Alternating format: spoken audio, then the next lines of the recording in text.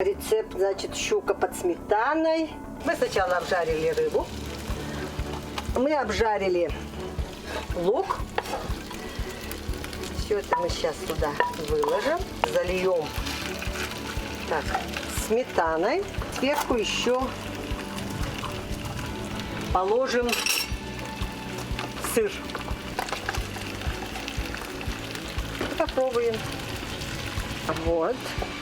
Ну, давайте. Может, ладно. Может, его надо было попозже. Насколько? Ну, минут на 20. Вот наше блюдо. Сейчас будем снимать пробу. Блюдо получилось очень вкусным и необычным. Любители кулинарии, берите рецепт на заметку.